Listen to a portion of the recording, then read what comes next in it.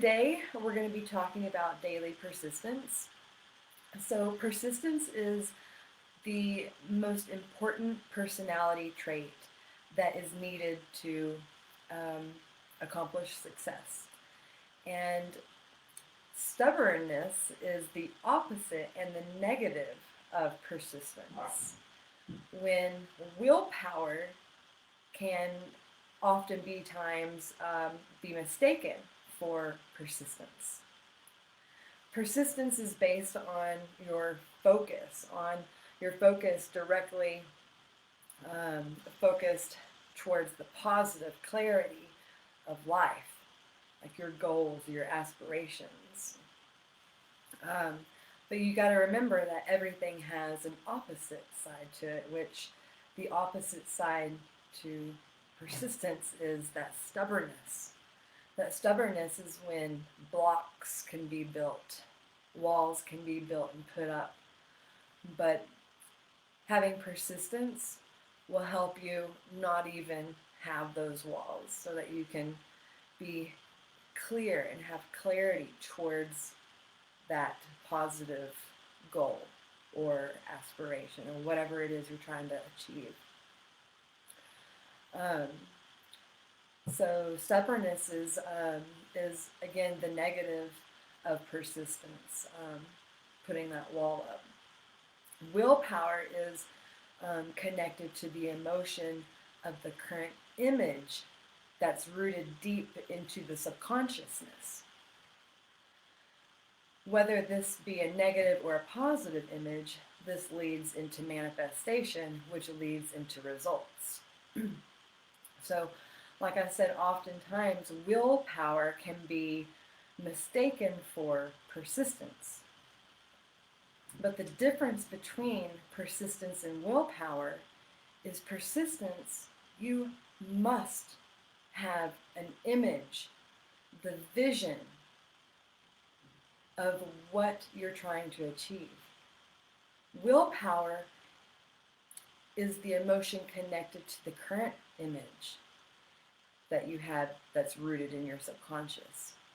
And oftentimes, we stay in that cycle of seeing that same image and never replacing that image to the current one that we actually really want. So if you have an image of yourself being thinner, let's say, or more, more thin and more sculpted, you have to replace that old image with that new current vision so that your willpower will then redirect its emotion to that image. When I was becoming a circus artist, it kind of takes me back to that. I was living in Taos, New Mexico, and I'd been there for 5 years, but I had just gone through a breakup, and I knew things needed to probably change at that point. I'd been in Taos for 5 years and worked 2 and 3 jobs to make it happen, and it wasn't anything spectacular, just waiting tables, working at the ski resort, things like that. Nothing I would consider career-based. So I sat myself down at my kitchen table and I decided I needed to figure out what it was I was going to do. So I got a piece of paper and I drew out a horizontal line from the one end to the other. And that was kind of my timeline. And from there, I thought of the things that I loved in my life, that I loved so much that I could see doing for the rest of my life. And then, how much I loved it, how much passion I had for it, I would put it on the timeline. And that's kind of where I came to the conclusion of becoming a circus artist. Well, once I came to that conclusion, I knew that I had to figure out how I was going to become a circus artist. So I did all this research. And my research came to that circus artists, they trained 6 to 8 hours a day. And that was daunting to me at the time, especially because I was like, where am I going to find the time for this? I work morning to night, 2 and 3 jobs at a time, where am I going to, how and when and where and everything? How am I going to do this training 6 to 8 hours a day? Well, that's where the persistent comes in. Um, so I worked 3 jobs, meaning I worked morning to night. So the thought of training was just super daunting. But being able to, I knew I had to reprogram my mind. I had to reprogram my beliefs because I thought it was impossible. So I knew I had to reprogram that to be the possible, the possibility of, oh, I can do that. Always have had the mentality of, if they can do it, I can do it. So there was some way that I was going to get there no matter what that was. Whether that be the willpower or the persistence, right? I definitely had the willpower. The persistence needed to come into play. I needed to have that vision. So I developed a vision board. And that vision board actually became almost like an altar, because not only was it just like a board of cutout magazine clippings here and there, but it became physical objects that I had. So for instance, I was trying to become a professional aerialist. So my favorite act from Cirque du Soleil, I had the disc for that. So I put the disc right there as well, and I could see it visually. And just trinkets like that I would obtain here and there. I would put on by my vision board, and so being able to see that clearly until it rooted down into my subconscious and then reprogrammed my consciousness, and then literally that manifested into the result of becoming a professional aerialist. So the lack of persistence, it is perceived that lack of persistence is a lack of willpower.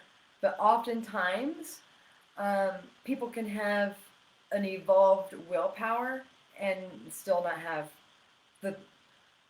not be working their persistence the way it needs to be worked, because everybody has persistence.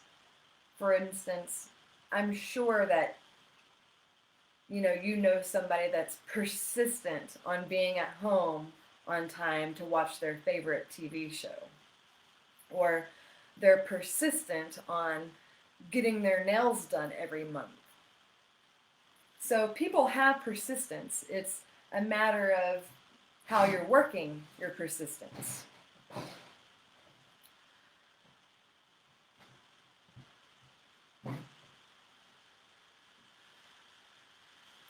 So these same people who believe that lack of persistence is a lack of willpower, oftentimes are literally treading up an uphill battle that will never be conquered.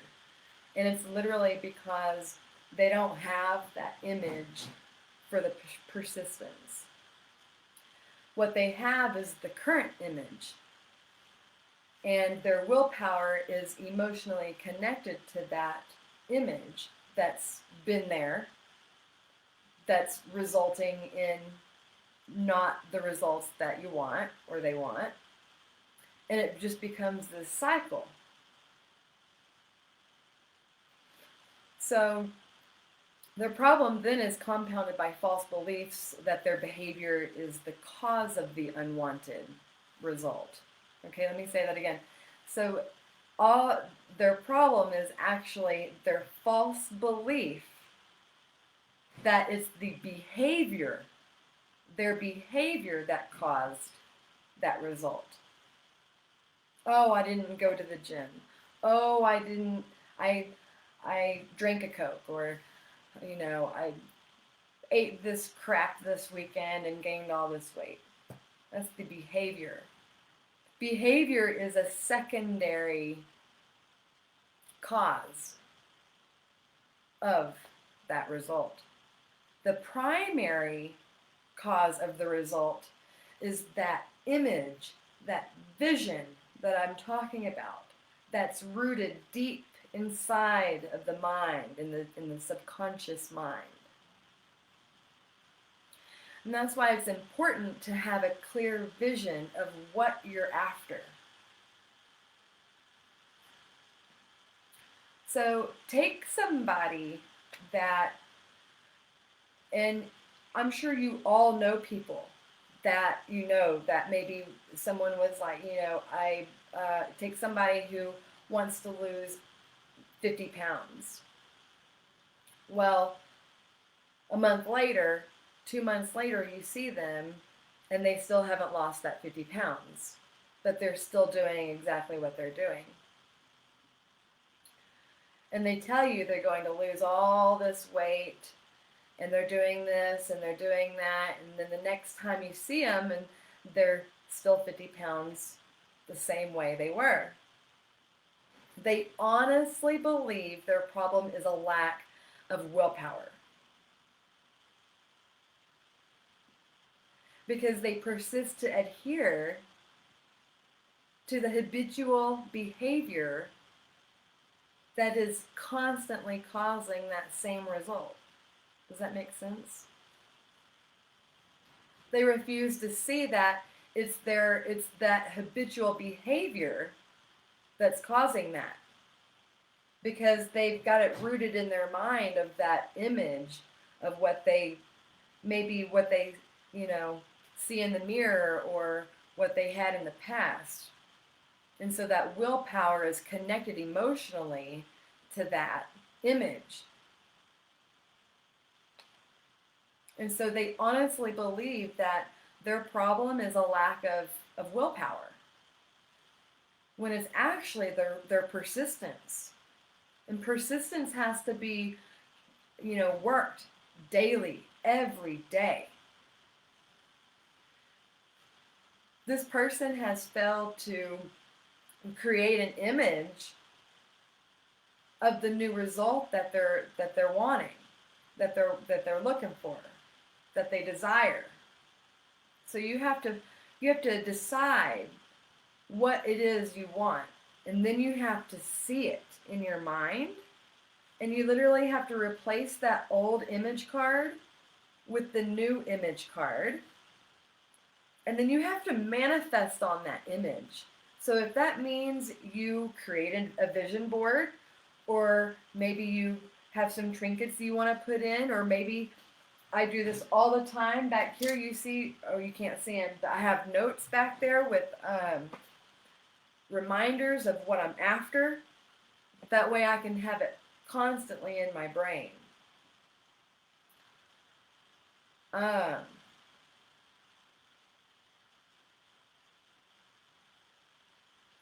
So if you don't have that positive image that you hopefully replaced the old image card with,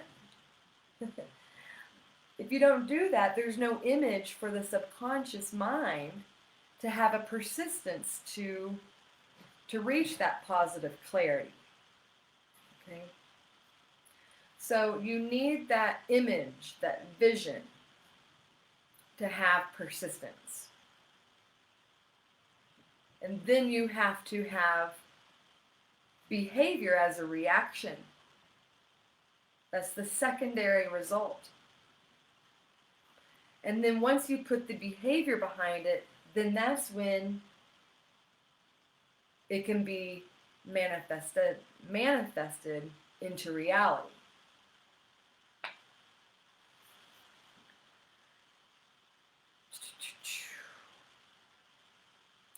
So let's see here. Yes, and then and oftentimes the real problem is the lack of understanding of why the same results happen. Most times people think it again is their willpower, or or their behavior, which again is the secondary result of the result. So let's say you wanted to learn the guitar, okay? You have to have that in your mind that you can already play that song you want to play. You can see it in your mind. It's like a video, like a movie playing. You grab your guitar and you strum along and you just know the notes and the keys. So you see that in your mind. So that then it's rooted deep inside of the subconscious mind. So that then you manifest it into reality.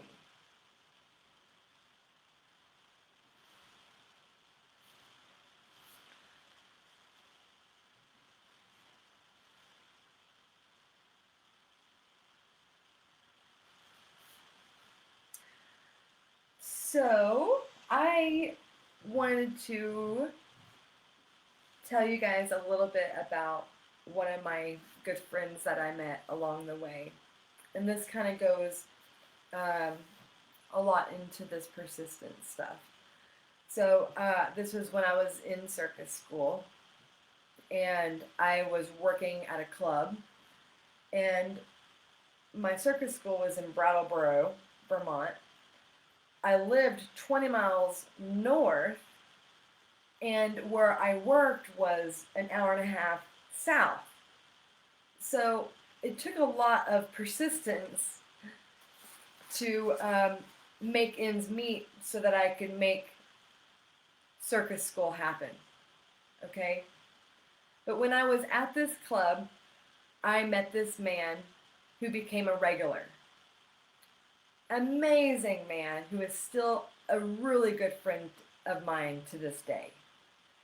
And I think that we became so close because he was an athlete. I was an athlete. He's probably 15 years older than me, I don't know. But looked really young. Very much so in shape. Very nice guy. And turns out that he's this big baseball player. He was inducted into the Baseball Hall of Fame up in Boston. And he's also he's a big swimmer. And does all this marathon stuff, you know. So that always intrigued me because anyone who runs a marathon or anything like that is just, there's a lot of persistence that goes into that. There's a lot of visionary work that allows someone to be able to run that long, that far.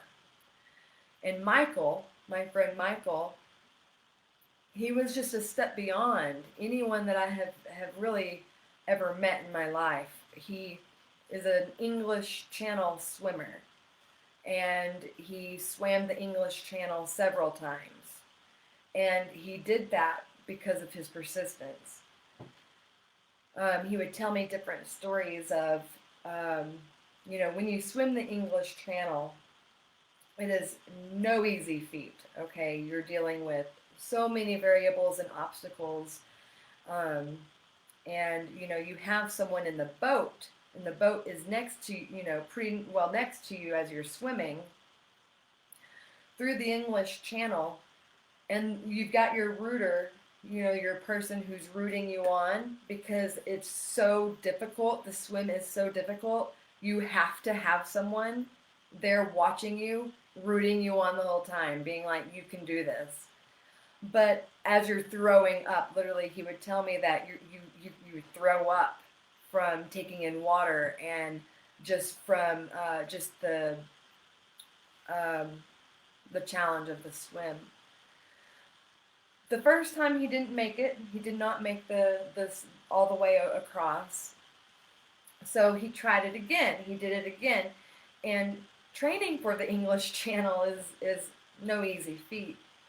But can you imagine the image, the visions that he has to have in his mind to be able to even just set foot and swim in the English Channel? Like, that is daunting to me, okay? But then he would do it, he did it again. He finally made it across, but then his next goal, his next persistence was to make it there and back, which there are not a lot of people that have done it even across one time, much alone there and back. They're given numbers, and I think he was, I want to say number 18, but he's got several numbers now. He's like number 18, number 20, I don't know. So there's not very many people who have swam the English Channel, but just think about the persistence that he had to have to overcome and have the result that he had with making it across the English Channel, and then the next year making it across back. And he's done that twice.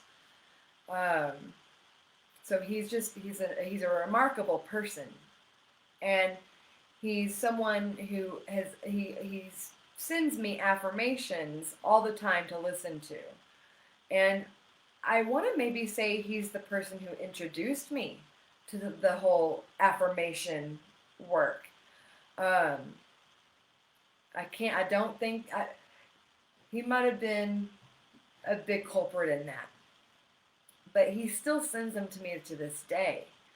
And when I was carjacked, it's heavily what helped me get through it. And just having that persistence, that vision. So everyone has persistence, guys, and everybody uses persistence differently. But it's a matter of how you use your persistence and making it work for you instead of against you. So that's our objective, is to learn how to use our persistence in the correct way. And I hope you guys get something out of this. And remember, if you need, build that vision board so that you can more clearly see it. And honestly, you don't even have to get a magazine nowadays. It's really pretty easy. You can Google it, you can search it, whatever, and you can print it out, and you can stick it on a poster board. I always have vision boards. They're literally all over my house. They're in my car. They're in my offices. Even if people don't know what they are, I know what they are. So just think of that. Work on that. Think about your vision, where you're trying to go. So if you're trying to get sculpted and more lean, see that for yourself. Envision yourself being that person, because then the more you affirm to yourself that is already occurring and happening, it's going to deeply root into your subconscious mind, and then your willpower is going to take into place, and then your behaviors are going to take into place, and things are going to manifest, and things are going to be reality for you. So if you guys have any thoughts, concerns, or questions, drop them down below, and I can't wait to hear from you guys.